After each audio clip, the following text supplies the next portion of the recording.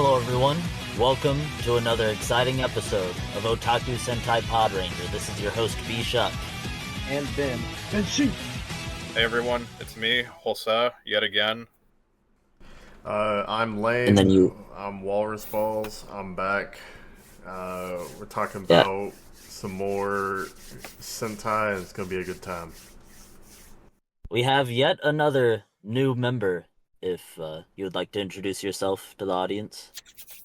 Yeah, hi, I'm Sophie, longtime Tokusatsu fan, writer, both fiction and nonfiction, and happy to be here. Oh, hell We yeah. are happy to have you. We have a full Ranger team now. Oh For yeah, we real. got 5, like a true Sentai. But yeah, it's Yeah. really cool because up to now, I was the resident Toku expert, and then I was just surrounded by pretty much newbies. But now we have someone who has even more experience with Tokusatsu as well as even like podcasting as well. So we have like even more of a veteran to this stuff. So yeah, really Oh, great yes. addition to flesh out this cast, in my opinion. And Thank you. of course. And yeah, we'll be talking about more Gozyuger episodes 3 through 5. I think like instead of just doing like another 2 episodes like last time, I wanted to go up to 5, just because in the show that's when we finally get all 5 members of the Gozyugers assembled, and it just felt right on a metatextual level, since we also have our 5 members assembled now. But we're just gonna get right into it with episode 3, Japan's Dawn. I'm the Prime Minister. So it begins with Horu with another shitty job, trying to make ends meet, and he's already screwing it up because he's got this new he's got heightened sense of smell now, and he's freaking out the customers, saying the food smells bad or something does. And yeah, he's already quit the job on the spot over it. And he runs into Rikuo, who explains how everybody's got these new powers now. Rikuo has, I believe, enhanced hearing, and then Ryugi has enhanced super strength, which we saw with his little piano feet, carrying a whole ass grand piano in the last episode. And ripping But, up the tree, that was wild. Yeah, this new sense of smell Horu has leads him to the scent of peaches that is emanating from this man giving a rousing speech to this fervent crowd. And this man is none other than Atami Tonkatsu, who is the youngest and most popular Prime Minister of Japan with a 5,000% approval rating. And at the request of the crowd, he transforms into none other than Don Momotaro, because he's another universe warrior with the silver Tega sword. And the peach was kind of foreshadowing there. Yeah, little bit. exactly. And even his the platform he stands on looks very familiar, has some Don Brothers iconography on it. But the owner of the produce shop that Horu just quit on, he's jealous because Atami is pretty much taking all of his business away. And so this yearning to be more popular drives the popularity #1 monster to absorb him, and then he comes to terrorize the crowd. And so Atami decides to take care of his people by engaging in combat with the monster, and he does this thing where he throws out like origami out at the monster and all the foot soldiers, and it's another example of like something that like the original Don Momotaro couldn't do. It's more like a new power that he has, which is almost like- something that Not like recycling characters. It's more of just like adding on to things that they wouldn't usually been able to do in their original series.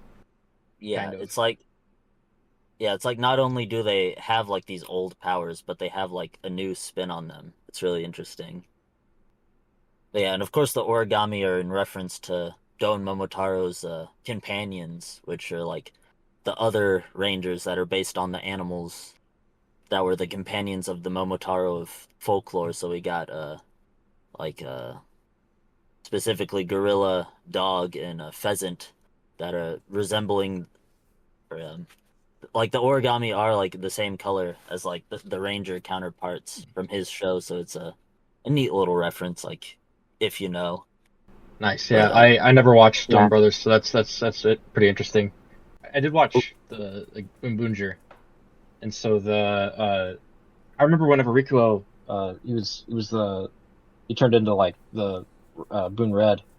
He kind of had the same kind of like tire powers, where it's like he could just use them as like propellers on his back. oh yeah, Yes, I'm interested to see like how they develop those if they bring that suit back. definitely. And you were gonna say something, Sophie? Yeah, I was just gonna say that I'm relatively new to Super Sentai. I'm very much like a Kamen Rider and Ultraman and Garo girly, so Ooh. this is like Oh, nice, very Garo. new. This is Nice. very like new stuff for me, but I am a big fan of Dawn Brothers, and I was kind of worried when I saw that there's going to be a variation on Dawn Momotaro in Gozyuger, because I thought, oh, it's just going to kind of cheapen it, but it's like so dense with little nods to Dawn Brothers that I think it feels very Oh yeah, respectful to what it's playing off of. definitely. And I'll get into it a bit later, but I'm really interested at how different Atami's character is from the legend himself, Taro Momoi. Like he's a Hmm. very like almost like the opposite, but like they're sort of like they got like similarities. But I'll get into it as it becomes relevant. Mhm. But anyway, the monster retreats, and it just makes Atami even more popular because he declares victory over the monster and even imitates Taro's iconic laugh like surprisingly well. So he at least has that much in common. Anyway, the back at the cafe, everybody's trying to figure out what they're gonna do with this guy because they're competing for the rings and he's part of that competition. But then a new team member, Sumino Ichikawa, suddenly interjects saying that like he's got really tough security, like anything they try to pull on him like he's gonna have a countermeasure for, so it's just a bad idea to rush in recklessly. But they all try to question who she is just interjecting like that, but she just totally ignores them and doesn't acknowledge. But yeah, and it's like Ryugi's trying to interrogate her, but then she just runs off before they can get any answers. So yeah, we'll definitely see more of her shortly. But uh, so yeah, popularity number one is trying to get the most popular by just brainwashing people, which I guess yeah, Hoaru calls foul on that because that's not true popularity if you're just brainwashing people. But He's I don't botting the likes, bro. know. Yeah. There's this very funny moment where Horu's like, he just comes up on these two random people trying to, tell him to cheer for him, but it just scares him off because he has no charisma about it.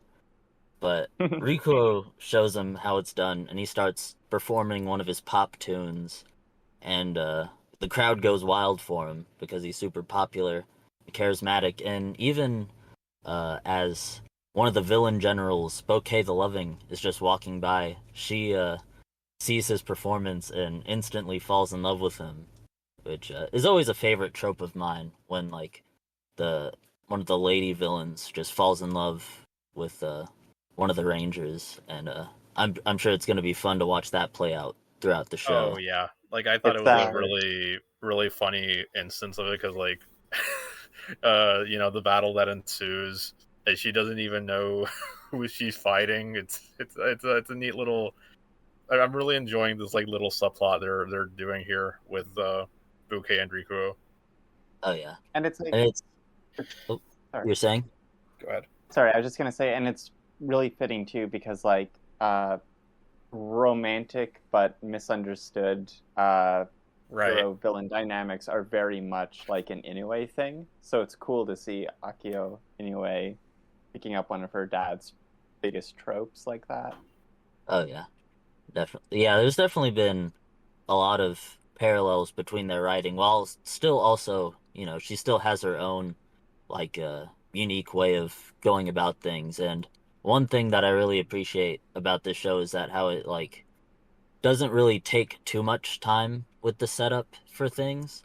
Like some stuff that like some would say is underexplained. I think it's more so just the writing, like trusting the audience to not really need like everything spelled out, so it's able to like focus in on like what it wants to show, and it doesn't feel as bogged down. Like it just gets right into the action Yeah. with stuff. And I'll point out more examples of that as we go along.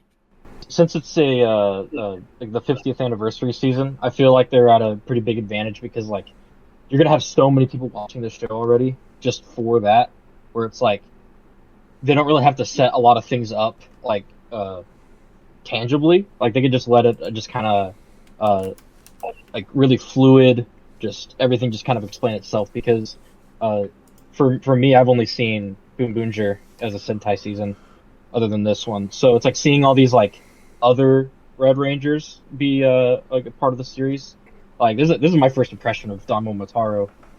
So I'm just like, oh yeah, he's just a character that has appeared before. And then like this show kind of gives its own unique spin on that.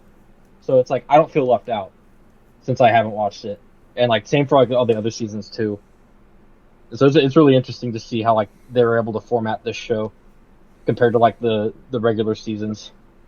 And with this, the popularity battle begins. All the contestants have to compete to get the most votes in the ballot, a literal popularity contest. And Hoaru realizes that he's totally out of his element on this. He has, like, he's not good at being popular. But then Atami comes in flying on his platform, which apparently doubles as a hovercraft, and he offers to give him advice on how to be popular. And Hoaru doesn't, his ego doesn't allow him to want any help on this, so he runs off. But then he comes to a laundromat, but this guy, all his clothes are screwed up and unsorted, and he just kind of instinctively helps him out to sort it all out, short of showing his nice side, despite his rough exterior in a pretty nice scene. It's and like he's a good guy. He doesn't even realize it. Yeah, And that's what makes him charming, specifically as like a Red Ranger. Since like definitely. he's like kind of like the whole like Red Ranger trope kind of got put on its head for him specifically. But yeah, it's interesting to see like that shine through in these little moments. Oh yeah. And yeah, Atami sees this and applauds Horu for doing such an upstanding thing, and it even encourages Horu. Like he thinks like, he can actually win this. And yeah, and so they all convene to tally up the votes. And, against all odds, at least, in the mind of the popularity monster, Atami somehow wins out in spite of, the monster rigging it by just brainwashing everyone. Because it turns out that even despite the brainwashing, the true feelings that Atami is able to foster through his bonds is, it's even stronger than the monster's brainwashing could be. And, but yeah, let's see, but, Hoaru is, upset by this because he thought that Atami was really gonna let him win this one, with his encouragement. But then Atami insists that it was just part of his ruse to sort of, he was pretty much playing into his hand of, like, becoming more popular, like, even through him. And, yeah, it goes to show how, like, different Atami is from, the ranger that he has the powers of, Taro Momoi, because Taro is, like, very uncharismatic. He's very blunt, and he isn't afraid to upset people. And it's interesting because his show, it's like all about like the bonds that people form, in spite of their differences. But then Atami is like, trying to forge bonds, like arguably almost like through manipulation. And it's like he even, like, in his introductory speech as the number one battle commences, he says that, like, one of the rules to being popular is having a nasty, like dark side, and it's ironic because Taro didn't have any. Yeah, Taro didn't have any like alternate side to him. He was just like 100% like straight up all the time. So it's interesting how like Atami is almost like the polar opposite of the Ranger he has the powers of, and it really makes him like a great like rival type character with the legend power that he has. And I hope they do more of that throughout the show, just Oh yeah, spinning Ooh, yeah. tropes on their head like that. Yeah. yeah. Because like, because if I ever like decide, I was like, I want to watch freaking, what Dome Brothers, it'll be like, oh, this is I can see where like the parallels are. So like, anytime I go back to any of these other seasons, I'm always gonna be thinking back to this one specifically. Oh yeah. Yeah, that's what I like about the idea of like using anniversary seasons as an sort of introductory course. Because like even if you don't get all the references like watching the show, once you go back to the past ones, you'll then like realize what the references are, and it's like a Oh very yeah. nice sort of like aha moment. But Yeah, and like you can tell the writers are just like they're straight up fans, like these are such creative spins on like these already established like characters. Yeah, I'm just really excited to see where it goes from here. But yeah, like having Tono's rival kind of be like this real clean cut politician with a devious side, I feel like it kind of mirrors his character really well. oh yeah. So if those two, because like he's already got two rivals now. He's got what was it, Tsutsumi, who was played by the guy who played Taya. Yeah. In Boom Boonger. He's got him. So he's rivals with with was it King Oger and Don Momotaro now. So Yeah. I'm hoping we see him have rivalries with every single Red Ranger. That would be crazy. I should point out that like the fact that they're already for example, we saw Rikuo use the Boom Boonger ring. That does imply that whoever had that before has already lost. So there already is That's like true. they've already sort of waned through some of the competition. Yeah. They have some experience. But Yeah, dude, how exciting, man! Because it's like it's almost like I don't know if like Sentai ever had like a Kamen Rider Ryuki type of season or a Gaim type season.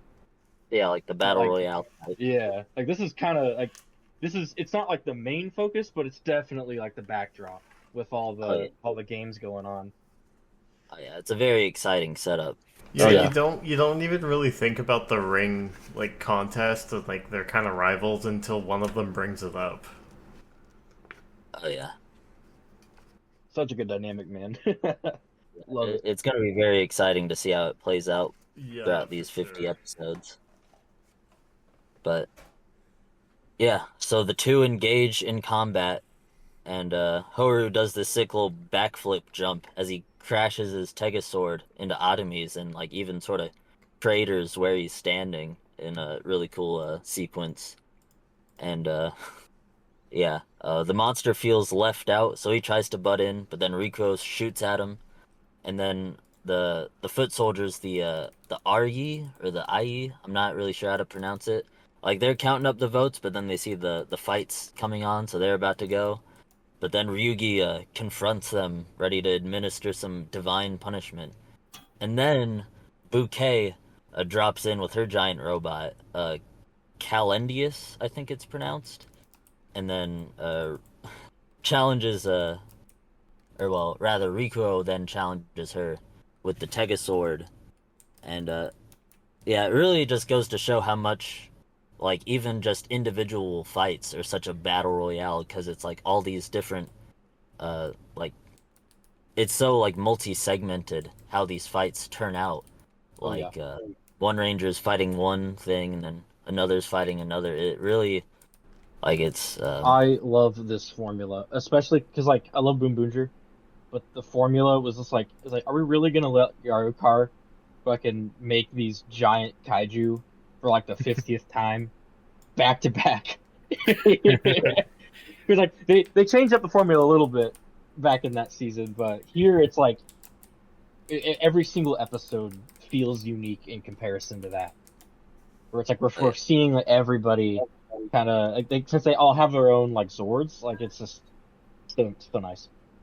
So sick to see everybody have the ground and the kaiju action. Oh yeah, to see it happen all simultaneously, it's very exciting.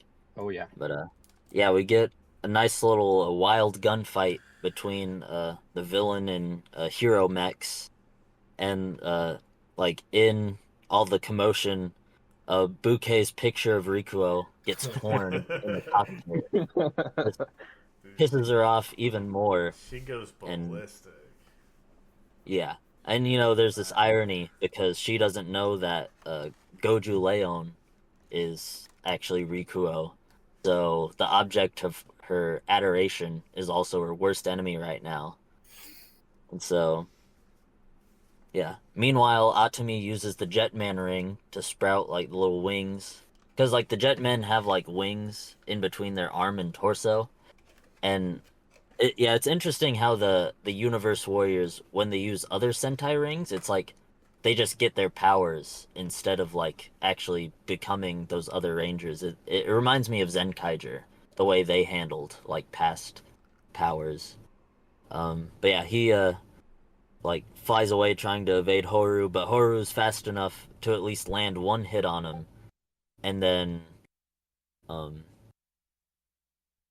Ryugi uses the O-Ranger ring to transform into O-Red, and then another instance of like, a power that the past Ranger didn't really have that's just kind of made up for this season, as far as I know. He like traps Atami in like a pyramid force field that grounds him, and another real funny bit is that the monster is like taunting Atami for getting trapped like that. Then Horu just taps him on the shoulder like, yeah, you still got me to deal with.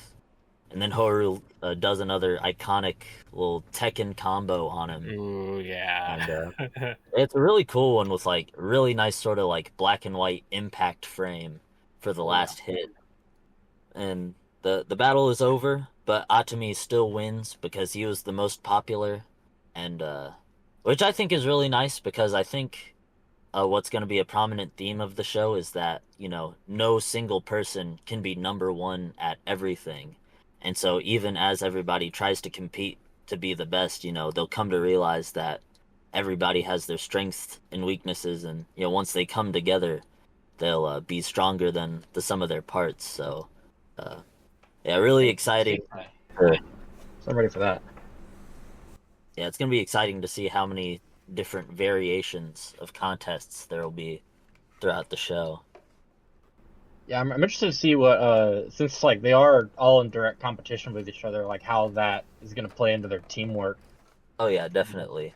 Yeah, because I mean they're doing pretty okay right now, like fighting alongside each other, but what happens when someone's like, oh, I'm gonna like screw over one of the other teammates to win. I wonder what kind of like group dynamic that's gonna lead to. Oh yeah, it feels very treacherous, like the alliance that they're forming. The stakes are just like they're I feel like they're a lot higher than we think. Definitely. Yeah. But yeah, suddenly after the fight's over, Goju Eagle appears in the sky and just unloads a rain of green arrows on the two, and then flies away. And then Sumino also appears and is revealed to be Atami's assistant, which explains why she knew so much about him. And yeah, Horu's upset about losing, but then Rikuo affirms him by showing him, he got at least one vote from the guy that he helped out, which makes Horu feel better about himself and bolsters his resolve to one day take Atami down. The battle is lost, but the war has only just begun. Oh yeah. Yeah, and then we get a really interesting reveal at the end where Goju Eagle swoops down, de-transforms, and is revealed to be an old man, which wasn't in any of the promotional material leading up to this. This is just a total surprise at the end of the episode, and yeah, just really exciting way to end it. Yeah, moving on to episode 4, which explains why we got an old man ranger. We get an introduction of the character, whose real name is Joji. He's 87 years old, and he's very much old school, all about being strong and stoic, and disapproves of the softness of his younger family members, which, drives a wedge between them. But despite this, he has a yearning desire to be young and hip and cool. He wants to be a party person, and the Tegasword responds to this desire when he forms a contract with him and grants him a younger body. Yeah, and then it cuts back to where it left off, where he's old again, and he nearly passes out, and basically he has to keep eating eggs, or like at least stay like specific phrasing was the nutrition that eggs provides. So I don't know if it has to be eggs or if it was just that specific instance, but yeah, as long as he's well fed, he'll be young again. Yeah, it must be eggs since he's like a bird themed. Yeah, So I was like, oh yeah, eggs are a good source of protein. Maybe he could just like eat a steak or something. But it's like, nah, he's a green, he's a hawk. No, we're not doing that. We're not doing that. Are there 2 of them? Wow, real smooth with that one, Ben. It's an eagle, thank you very much. Thank you. Say his name. But yeah, Rikuo mentions, as another example of something that's like not spelled out for you like in the show, but like trusts the audience to just go along with. Rikuo mentions that Ryugi's parents, or at least his dad, is a doctor, and like asks if he should see this phenomenon of medical science going on right now, but Ryugi very sternly is like, oh no, he's not gonna believe that. Like, really, hinting at the sort of disdain he has for his own parents that is mentioned in like the character synopsis for Ryugi's character, but it's like hasn't been brought up until now. And it's another thing that I like, how the show trusts you to understand that they had that conversation off screen instead of like just spelling it out, like fluffing it out. Yeah. But anyway, Joji has to run to school for his first new day of high school, and it sucks because he's like, okay, I'm young again. Oh, I gotta go to school. yeah, bummer. But he meets his grandson there. They're in the same class. He does, and of course he has to obscure his identity because it would be very weird if he had the same name as like his grandson would find it odd if he had the same name as his grandpa. So he comes up with the name Kinjiro, which is in reference to his sort of bird theming of his ranger form. Yeah. Then it cuts to this cool scene in a parking garage where Sumino confronts a prosecutor about the whereabouts of her sister, and the prosecutor notices she has a ring, and so all of a sudden he pulls out his own Tegasword and becomes Ryusou Red, and Sumino tries to transform in response, but it doesn't work for some reason. But thankfully Atami is waiting in the wings to protect her, and so the two have a pretty cool fight scene together before Atami pulls out the Time Ranger ring and then does this like cryo freeze attack on him, which I think is in reference to I haven't seen Time Ranger, but I'm pretty sure they like cryo freeze their prisoners in the future. Like that's a whole thing, and so that's the power that he activates with the ring. And very swiftly defeats, like we see someone formally lose the competition for the first time.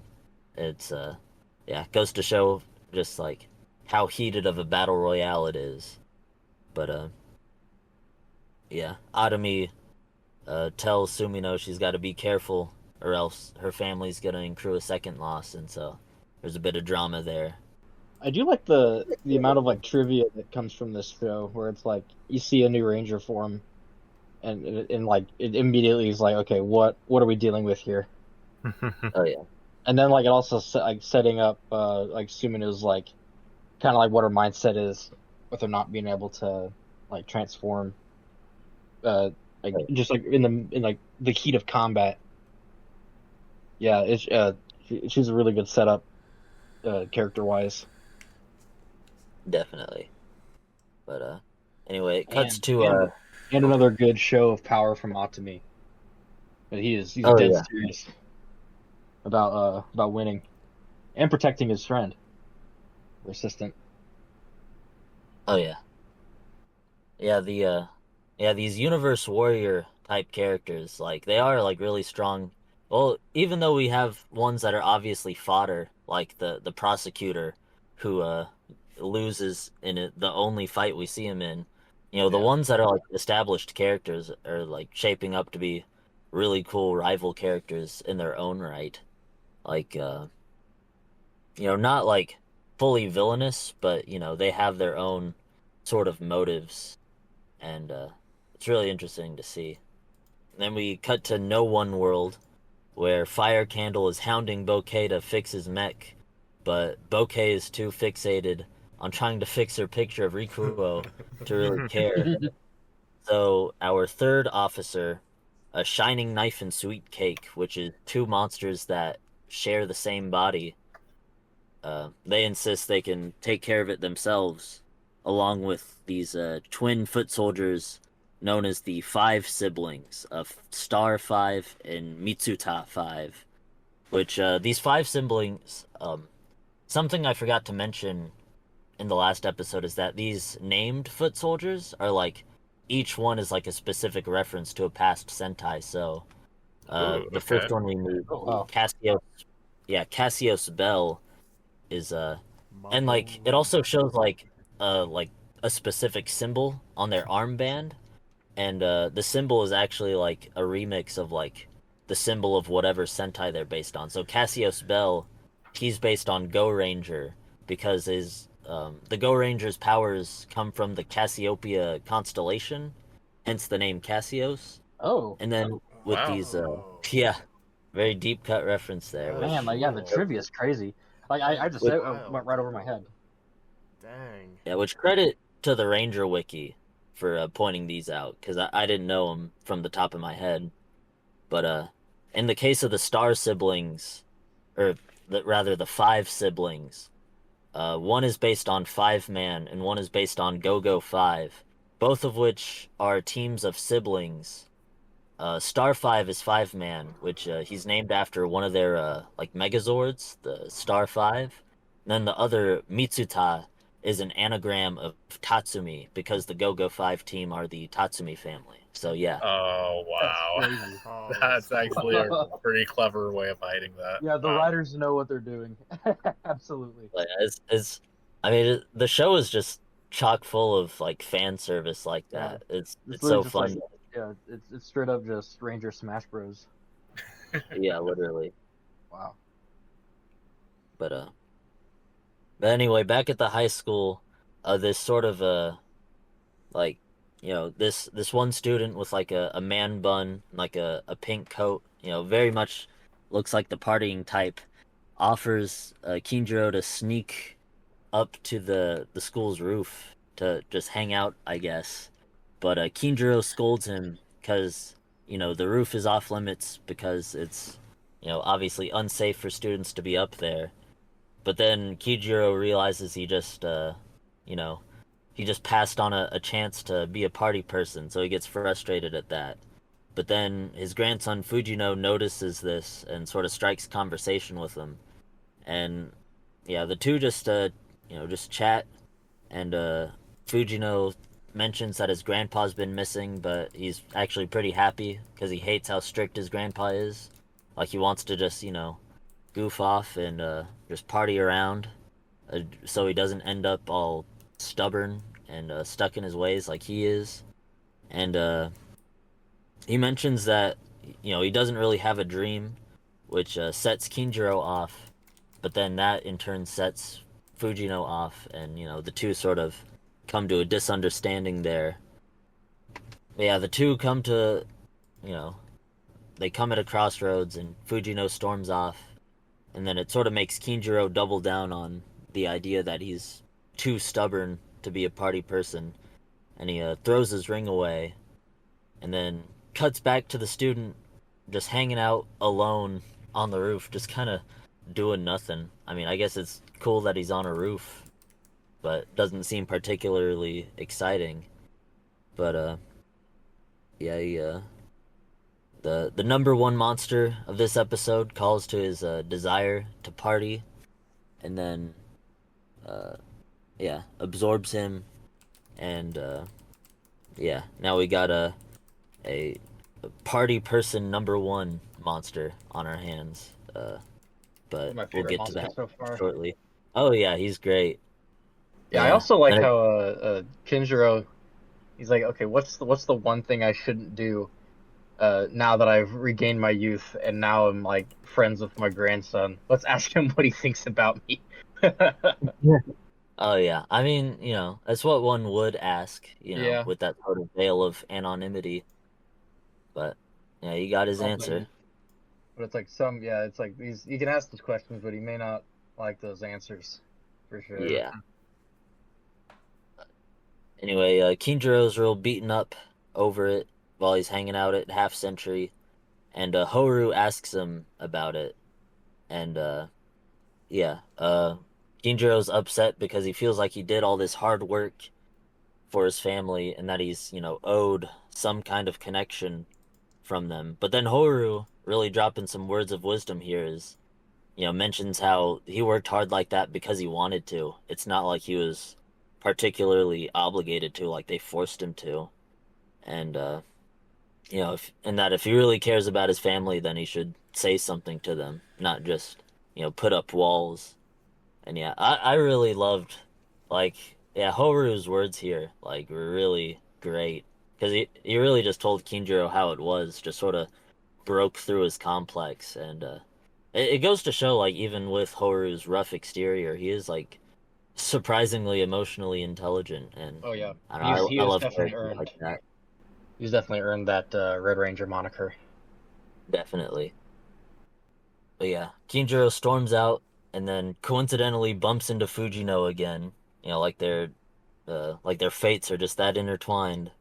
But then all of a sudden, the party people monster comes in and storms the place, and thus begins the party people battle, where he summons this disco ball that transforms everybody's outfits into sort of party attire, just very garish outfits, and forces everybody to dance uncontrollably. And then anybody who And runs out of energy gets trapped in the disco ball, kind of like that one Always Sunny episode. Which one? The one where it's like a contest. No, yeah, the contest to keep dancing, and then Kelly Yeah. takes a bunch of drugs. Passes out. Yeah, pretty much that happens, but in Yeah. this episode. Boogie bomb event. That's Yeah, crazy. I had to stop Yeah, myself from saying that. Good lord. Yeah, literally. When are they getting into Fortnite, man? Yeah, maybe for Already the there. Geats crossover. But yeah, the party people monster is about to attack Fujino, but Kinjiro swoops in to protect him, and they get to a safe place, and they have another heart-to-heart, where Fujino admits that he actually did have a dream, but he was just too ashamed to admit it. And we don't hear what the dream is yet, but he tells Kinjiro, and it makes him flash back to his wife's last words, because she asked him, his desire to be a party person came from her wish for him to finally, let loose and relax after a lifetime of working so hard. It's a very heartfelt moment. And so this reignites Kinjiro's resolve to be a party person, and he goes out and he transforms, and they do their, every episode's got to have the ring introduction between the two contestants, And then he proceeds to do this very uh, I don't know what the exact genre of dance this is, but it's clearly like a very antiquated, traditional festival type dance that he's doing. Very unbefitting of his supposedly young age, but it actually wins the party people monster over. He says it's got a good vibe to it. And then he takes the opportunity to surprise attack the disco ball and undoing the spell. And then the four Gozyugers finally transform together. And, yeah. And then the fighting ensues once again. But yeah, as they're all fighting, the five siblings drop in with their mechs. And, yeah, we get...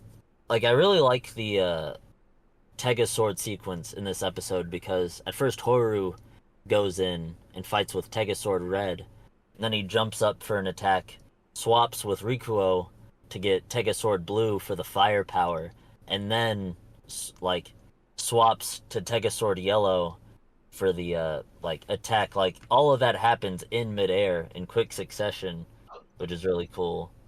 But then Horu's, he doesn't want to be left out. He wants the finishing attack, so he runs in and boots Ryugi out to go back to Tega Sword Red, and then delivers a nice finisher on the duo.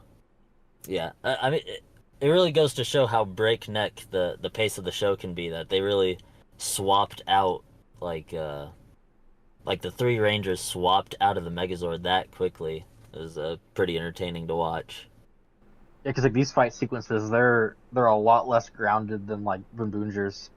And Boonboonger, because it was cool to kind of see this series compared to Boomboonger, because all the mech fights, you didn't really see any people on the ground, but here it's you see people on the ground and you see the mechs in the background while people are fighting, and then they're swapping in and out from each other. It's just it's fun to watch. It just generally, and it always keeps you on your toes. And it also helps because it's the formula is more of a spectrum than a set theme. So yeah, it's so cool to see, or it's there's actually people on the ground instead of it just being just a regular set.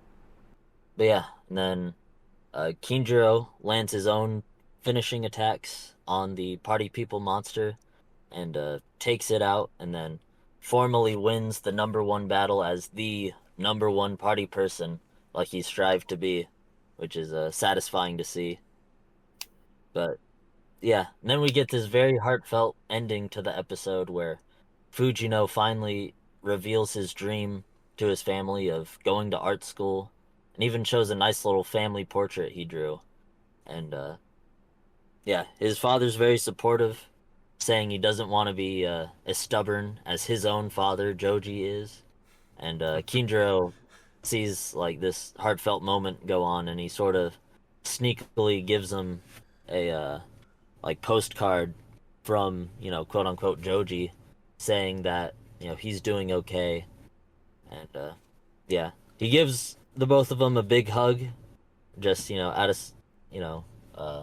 just because he really loves his family and wants the best for him. And it's a very heartfelt ending. This episode in particular was it wasn't as wild in terms of just sheer combat and everything going on as the others were, but I really love just how much of a grounded sort of story it told with its characters. It was very heartfelt. Yeah, Green Ranger is definitely my favorite. What I really enjoy is that you go ahead. I also whenever near the end when he handed the two of them the postcard, he just name drops the dad despite him not knowing. How the hell do you know me? Yeah. They just look at him after that. Yeah, he just couldn't help himself there. I especially enjoy that we have a character who's older than the main cast, because especially for it to be an anniversary season, this show, unequivocally it is generational, right? It's been going on for every year pretty much for 50 years, right? There's there are whole generations of kids who grew up and showed their kids Sentai, who then showed their kids Sentai. You know, this is legit. Like it represents like everybody who's been there from the beginning. You know. Oh, yeah. So, and it's also like a really unique like character just generally, because I don't think we've ever seen like a character who like regained his youth in a Ranger season before. Yeah, it's like I just love this character.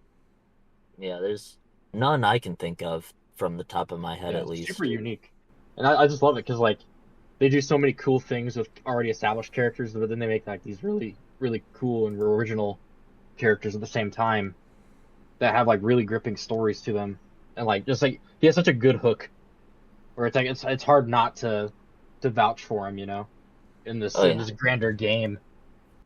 Oh yeah, absolutely. But yeah, and we do get a detail where like Hoaru is seeing all this play out, and he pulls out a picture of his own, what looks like his own family, because like we get the flashback in episode 1 where it's just him and his mom, just destitute, looking like they're in no one world, just like running from something. But then he pulls out that photo of what looks like a mom and a dad, and like what looks like him and his brother. So it's really just foreshadowing more of this sort of tragic backstory he has, and I'm really excited to see that play out. But and then of course we get a tease for the next episode of Sumino looking at a picture of her sister and her resolve to find her, and a surprising amount of like family theming going on in this like.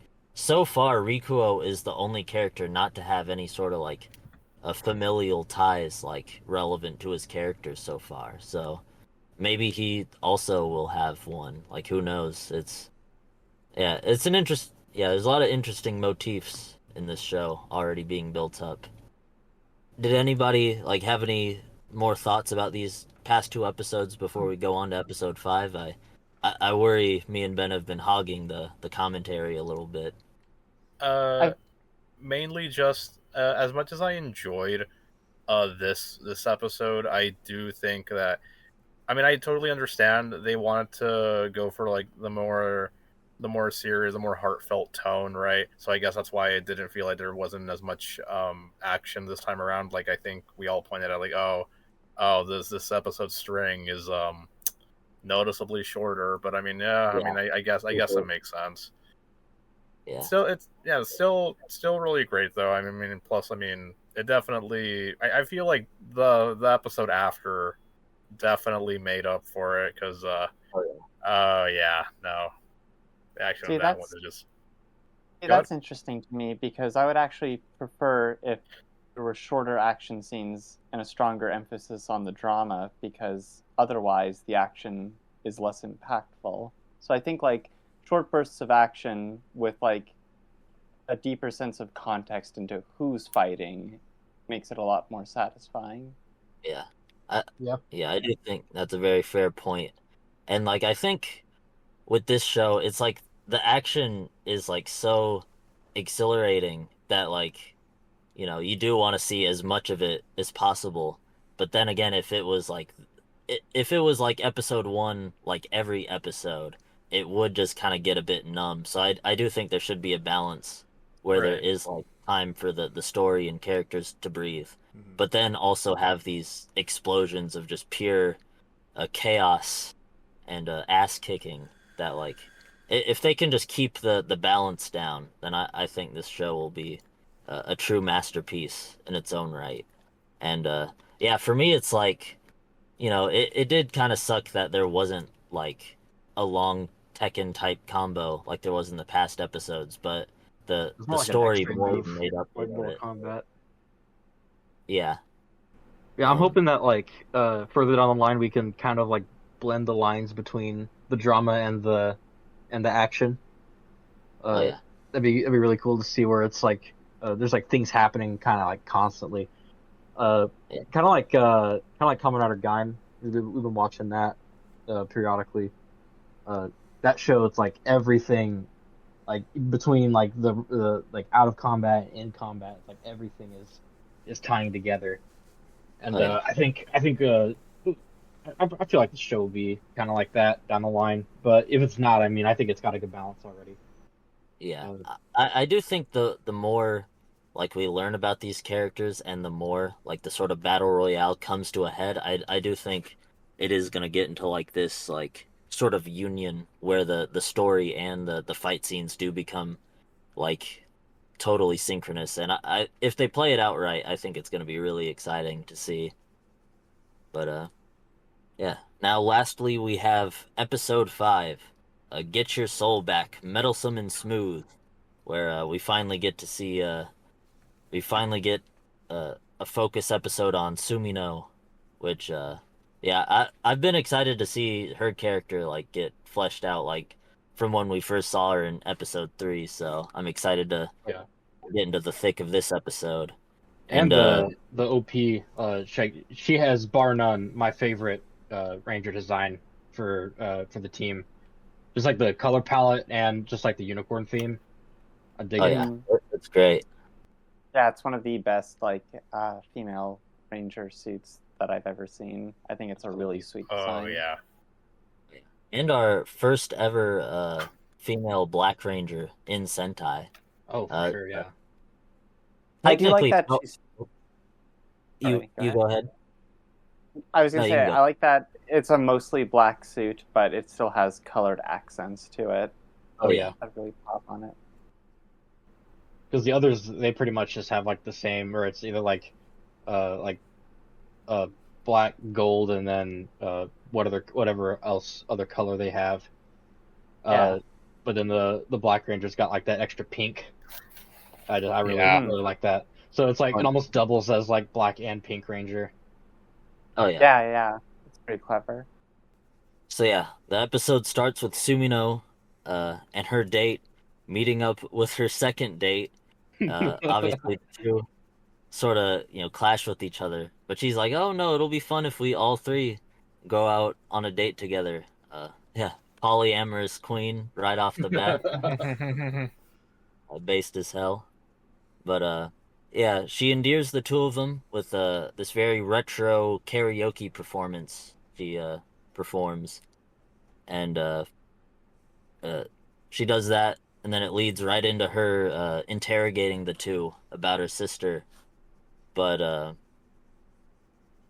yeah, they both gave testimony on it, but they deny knowing anything about her, and so she pulls up next to them and uses her telepathy powers granted by her ring to try to read their thoughts. But they genuinely don't know anything about it, so she just leaves them on the spot because she's just trying to figure out where her sister is. But yeah, she meets up with Atami, who scolds her for being reckless because she can't transform. So if she comes across another person like that prosecutor who threatens her, she can't transform to defend herself. But she insists that finding her sister is more important than even preserving her own life. And yeah, really goes to show how strong her resolve is on this, even if it is reckless. And so, just out of support, Atami gives her the Ryusou ring that he procured from that previous fight. And yeah, the two dates that she strung along walk out in disappointment, and one of them yearns to be meddled with by a girl like her. And so we get another number one monster feasting on a human's desire, and we get the meddler number one, which he looks like a mollusk, or like a mollusk type creature. I don't know if there's He's like a but this is what he reminded me of. Zomastar from Pokemon.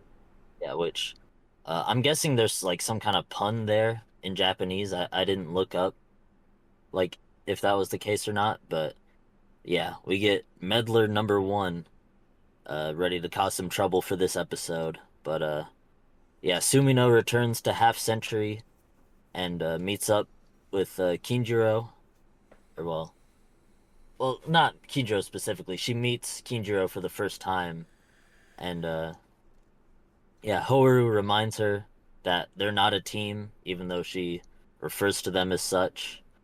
We get this sort of confrontation that starts to brew between Rikuo and Sumino because Rikuo just like is very distrusting of her, which I kind of like expected there'd be some kind of clash because both characters have proven themselves to be the real scheming type. It's like something they have in common, and I figured there'd like be some kind of conflict that sprouts up because of that. And so Rikuo starts interrogating her, and Sumino insists that she just wants revenge for her sister's kidnapping. Anyway, Sumino reveals that she used to be a cop, but then got fired because she went too hard trying to look for the culprit of the kidnapping, and so now she's a private investigator instead, which is a pretty cool setup for a character. Of course, the chat is cut short because meddler number one is causing trouble, so they got to go deal with that. And yeah, this is definitely one of my favorite number one monsters here. Oh yeah. So the meddling battle begins, and Riko and Ryugi are very synced up here because they just instantly pull out Sharpies and go to write some shit on his arms. Riko gives him a he gives him an autograph with like a special like little drawing on it, limited edition, and then Ryugi just signs the Tegasword symbol on his arm, and the monster insists that this isn't meddling because he's totally appreciative of these drawings on his arms. He's not irritated at all. He explains that the art of meddling is the intersection of kindness and irritation.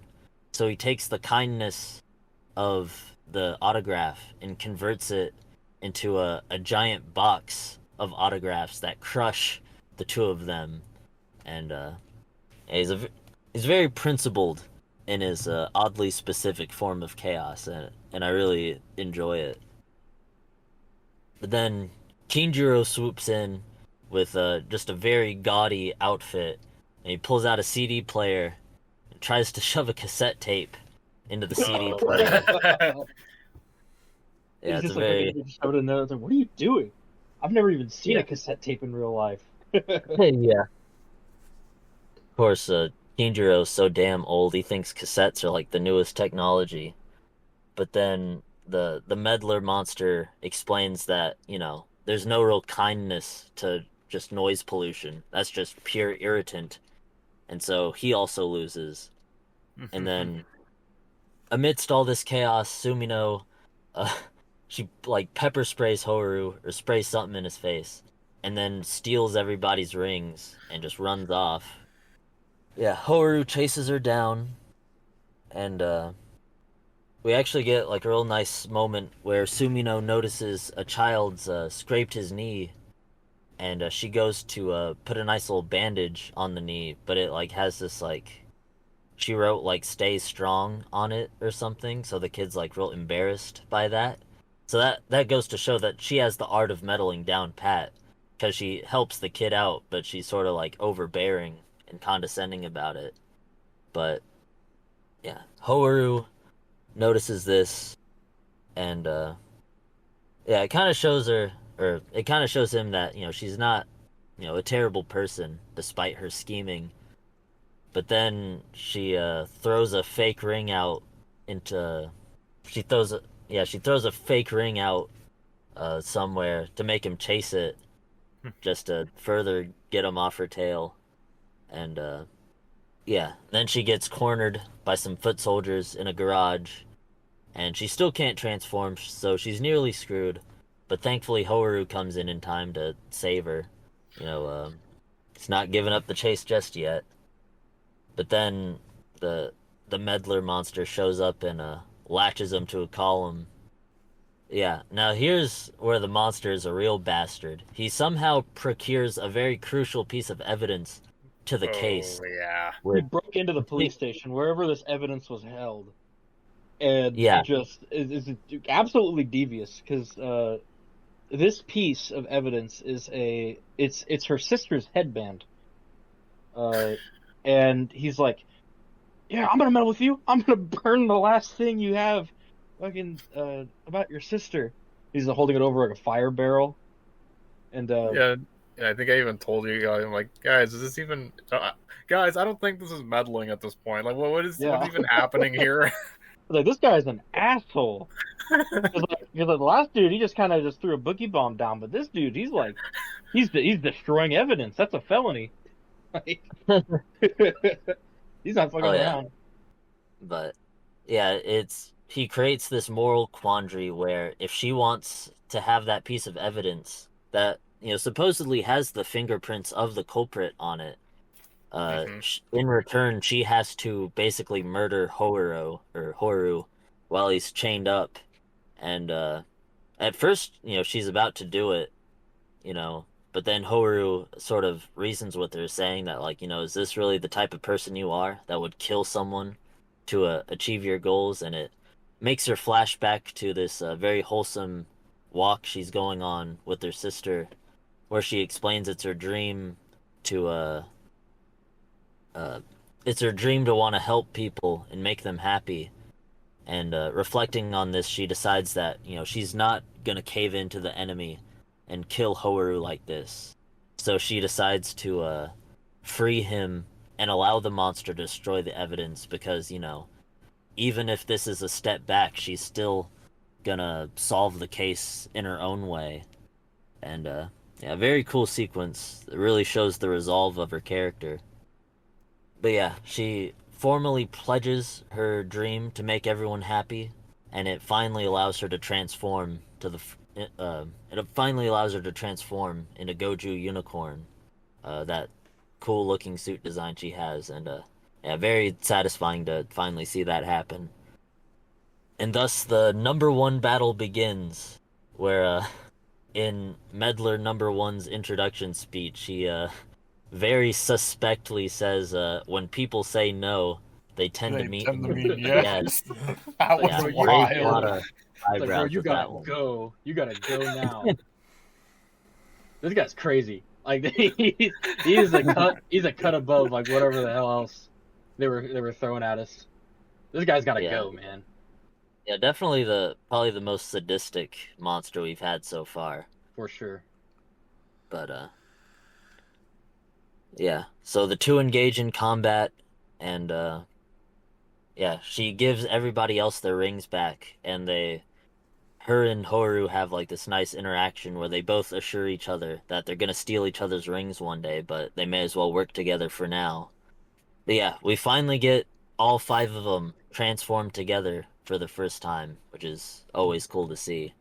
But of course, the way these battles have been going, they get split up once again because another uniquely named foot soldier, Maji Clean, appears, who's inspired by Maji Ranger with his symbol and name, which yeah, he's a real clean freak type.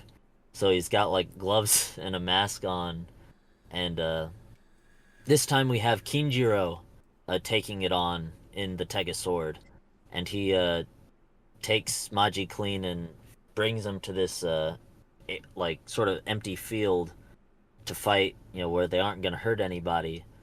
And of course, Maji, being the clean freak that he is, hates all the sand everywhere, and his mech pulls out a broom to start sweeping, and it creates this like sort of smoke screen. But since Kinjiro has like enhanced vision, he's able to see through it and deliver a finisher to quickly destroy him. And then we get in Sumino's battle with the monster, she uses the Ryu Soldier ring to transform. And her combo this episode is really cool. It feels very Smash Bros. In how she launches the monster up into the air and then spikes it on the ground. And you even see the monster like as it spikes off the ground, like leaves a crater. It's just really cool to see. Oh yeah, and he bounces up. And her finisher is really cool too. It reminded me of M. Bison's like Nova Crash with the way she was posed up. Nice. But she just takes her unicorn drill and just pierces right through the monster in a very cool fashion. And that's the end of that. She wins the title of #1 meddler. And yeah. All right. Now here's where shit gets real crazy. Yeah. Back at Oh, half oh, century, yeah, she insists that she's still gonna get payback on the guy that kidnapped her sister, and Hoaru backs her up on this. Nothing wrong with a little payback, and she mentions a very key detail about the culprit, that the culprit has gray eyes. Meanwhile, Rikuo is signing someone's photo of him from back in the day, and you look real closely, and what the hell? Rikuo had gray eyes back in the day, So it's like, and What? the final shot of the episode is just him walking back into the cafe right behind Sumino, and yeah, we were all just like losing our shit yeah. watching It's like, that. yeah, no wonder they were at odds with each other whenever freaking she first arrived. Oh Oh yeah, man, dude, I can't wait for this Sunday, man. This is gonna oh be yeah, crazy. It's gonna be freaking crazy. Because like this is the kind of stuff I was talking about, where it's like, what kind of like team conflicts are we gonna be seeing here? Since it's all like, since nobody can be like #1, or like only one person can be #1. What kind of team conflicts are we gonna see? And it's like, oh, this is quite the conflict. this yeah. is this It's is like, something. This is oh, insane. my teammate might have kidnapped my little sister. That's Yeah, fucking crazy. for years. Yeah, And we're only on episode 5, now on 6. yeah. This is Um, crazy. Oh man, I'm so excited for this show. Like, Yeah. I really hope they keep the momentum up. I'm so excited to see what they have cooking, because they've really, in just these 5 episodes, they've packed so much into it, and it's just been such a joy to dig into it and, just see all these moving parts. And yeah, yeah, anybody else have any like pertinent thoughts they want to get into? So far I'm just really happy that, because it's pretty standard for an anniversary season to feel a little bit clunky in how it works in its references and homages. But so far I've been very happy with how organic everything in Gozyuger feels. Oh yeah. Mhm. It's like there's all these like references, but like they're sort of remixed in a way to where it like feels natural to the show itself. Like I was just gonna say, and even on like just a pure like referential level, everything is organic in the sense that, like, for instance, we first got the Jetman abilities in the same episode when Don Momotaro was introduced, and both of those shows were written by Yoshiki Inoue. Like, there's like layers to the references and how they're placed throughout the show that I think are very neat. oh yeah, I didn't even like think of that, but that is a very good connection. Like, yeah, those shows were written by the same person, so it does make a lot of sense that they would have sort of Don Momotaro using the Jetman powers. Like, yeah, stuff like that is really cool. And yeah, I don't know, I've just been very impressed at all the new ways that Sentai has figured out how to celebrate its history. Because you have like Go Kaiger, which is very straightforward, just, returning characters, and Rangers, where the whole gimmick is just turning into past Rangers. Like, is like a like it was, revolutionary for the time, but, in hindsight it feels very basic. But then Zenkaiger was all about remixing old aesthetics and characters into new characters with like new Rangers that, are visually based on the past, but like, made into new characters. And now we have like this show that's it's all about like new Rangers that are, they still can tap into the powers of the past, but they're trying to elevate them to something like, they're trying to be like the most powerful like in their history. It's like we've gone from like paying homage to the past to remixing the past to now surpassing the past. And it's really cool to see that sort of progression in the way the past is being celebrated. and now it's like, how the hell could they even top this? Like, it really does feel like the ultimate celebration of Sentai, at least to me. Yeah, like it's a really, really ballsy concept where it's like everybody, because like everybody's got a favorite season, but then this one's gonna be the best. Just Yeah. you wait. It's so competitive. That's like their whole goal is to be the best, and so it's like it's like you see fan favorites, and like they may not be like the same people, but like they still have like the same suit. Well, not exactly the same suit. That's another thing, where it's like the suits are like they're visually like the same, except for it keeps like the theme that this show is going for. Like whenever Rico turned into Boon Red, he still had that like the shoulder pads and like the emblem on his chest, and he also kept like some of his blue colors.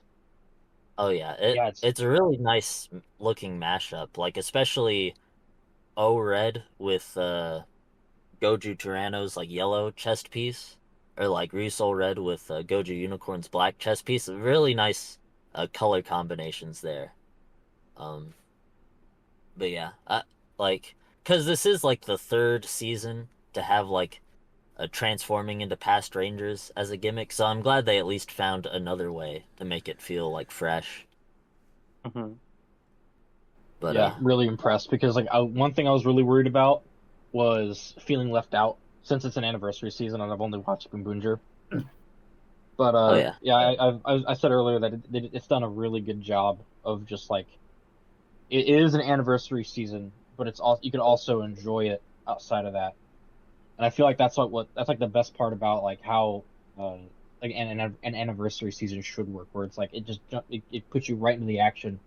And since like Momotaro, since he had like those new abilities that weren't in the original series, that like paid homage to like the other characters, right, in their forms. I feel like that's like the best way they could have gone about it for new people and for old fans. Yeah, and this is only just the beginning, so really, episode 5. We got some crazy shit, those crazy revelations already. And like this number one monster, he was sadistic, man. Dude, yeah, it's like we had on one. We just had Fortnite last episode. Now we got freaking like extortion, crazy dude. Yeah, Breaking Bad over here. Oh yeah, stealing evidence, man, crazy. So any final thoughts before we wrap it up? Good show so far, and I'm really really excited to keep going with it. Yeah, I have been greatly enjoying the characterization. Action is still going strong as well, and I'm just looking forward to where it goes from here. Yep. Good times are inbound. Peak of the week, back again. Oh yeah. But yeah, I think that'll do it for this episode, but until the next one, we will see you in the next number one battle. Signing off. See you next game. See you guys. See ya.